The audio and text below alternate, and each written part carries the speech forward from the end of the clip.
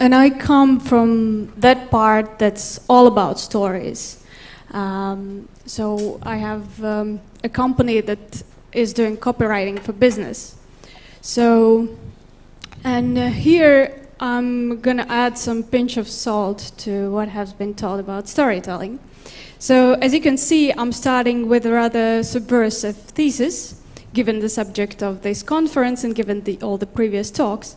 Sure, later on, it'll be narrowed to a more reasonable thesis, but that will come later. Before that, I invite you to do a little deconstruction.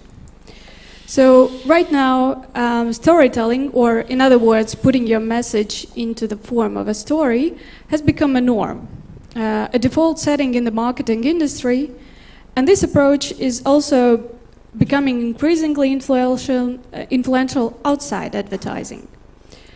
We all know TED Talks. It was a revolutionary format when it became in early 1990s.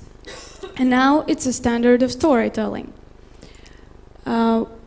What we called, when preparing this presentation, storytellingization and TED Talkization of communication means that nowadays, to be considered good by your fellow communication professionals, a message from a company, an institution, or even a government should have not only the classical characteristics of the story, this structure, but also characters, plot, narrative, and also, preferably, some of the latest buzzwords, some drama, and at best, a story of difficult childhood with a followed success. In many ways, this standard has been set not only by TED Talks, but also by late Steve Jobs, who, one has to admit, was brilliant at telling stories. But this has led to increasingly many people and companies replicating him and presenting his approach as some kind of a set of universal rules that could lead everyone to marketing success. All of this, of course, has been influential for a reason, because it actually has an important truth to it. The first thing that is hard to argue with is that emotions really are important, and that emotionless messages are hard to digest for us humans. Even harder to remember, even harder to make an impact. The second, yes, but still we have responsibility in careful handling of emotion. The second, yes, we do think in metaphors and narratives, and we do structure our world in those terms. We wouldn't understand a chaos. And the third truth has been known to public speakers since ancient times.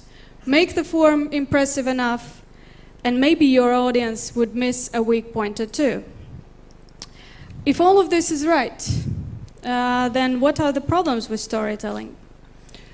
The first problem is that not everything makes a good story. There are situations where the material just doesn't fit the necessary requirements.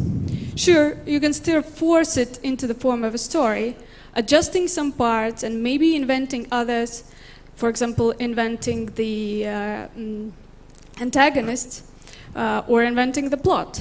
But that often leads to distortions, exaggerations, and over-dramatizations, which in my opinion is a problem as important in the public life as fake news everyone is talking about. The second problem is that there are some objective obstacles that storytelling or storytelling alone just cannot overcome. Here are some of them. The first has already become a fun fact, yet I still don't find it very funny. So our attention span has shrunk dramatically. Yes, a good story can help get hold of attention, but increasingly this problem cannot be addressed by means of storytelling alone. And I wonder what happens when the attention span is not 8 seconds, but I don't know, 5 or 3. What do we do then? What story can fit into 3 seconds? The second problem appears when messages are forced into the form of stories, filling in the gaps with, well, emptiness. The third thing is mistrust. distrust. Everyone noticed it after the election of Donald Trump. But in fact, it has been around for some time already. And it doesn't look like this problem is going anywhere. So in the climate of distrust, telling stories can be not only difficult, but also a risky strategy, because well-rounded stories are often received with suspicion by the general public.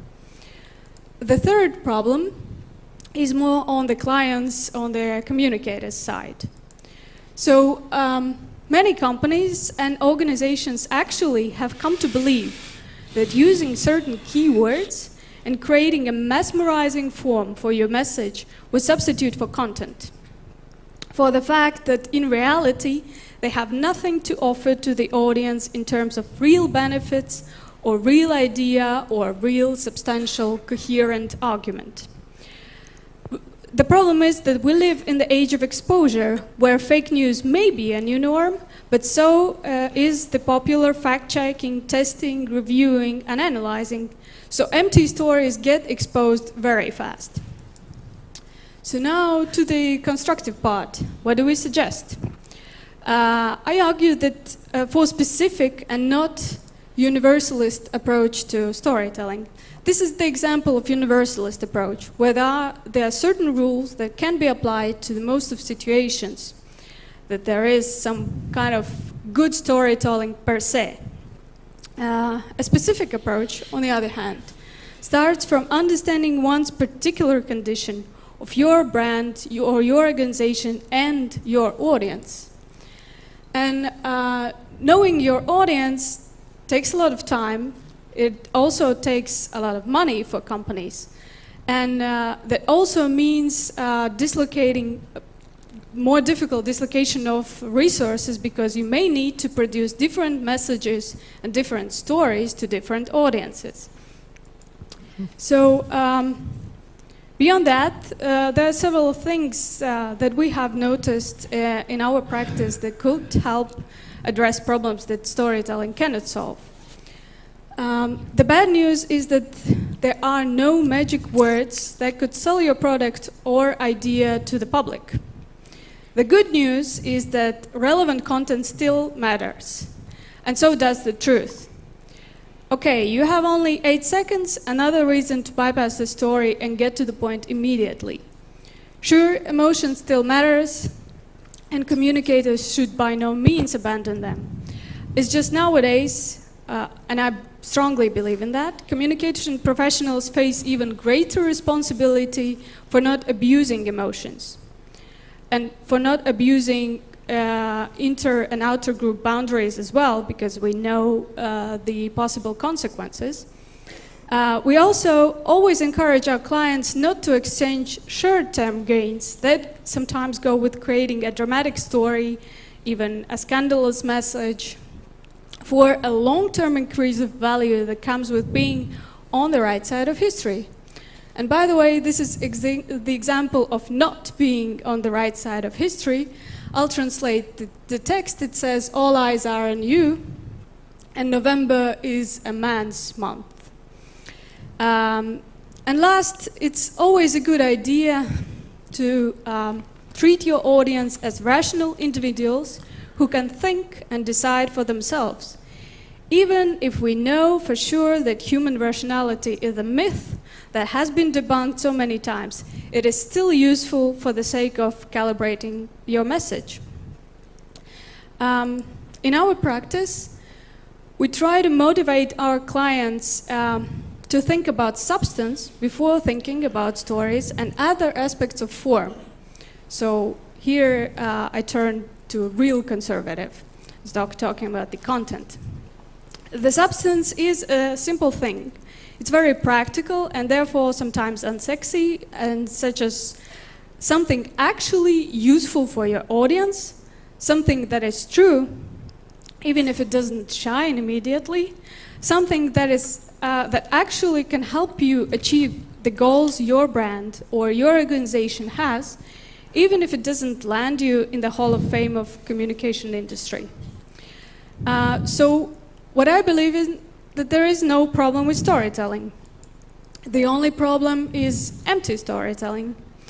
And to end that, getting in even deeper in the conservative approach, I'll end with another ancient wisdom. It says that every piece of communication should have three basic components: logos, the idea, the argument, the point itself; ethos, it should be based on certain right, good values; and pathos, it should evoke emotions. If you allow one of these aspects dominate the scene, you'll get distortions. If you balance all three, you'll get the message that works, and that will not make you ashamed years after as a communicator. Thank you.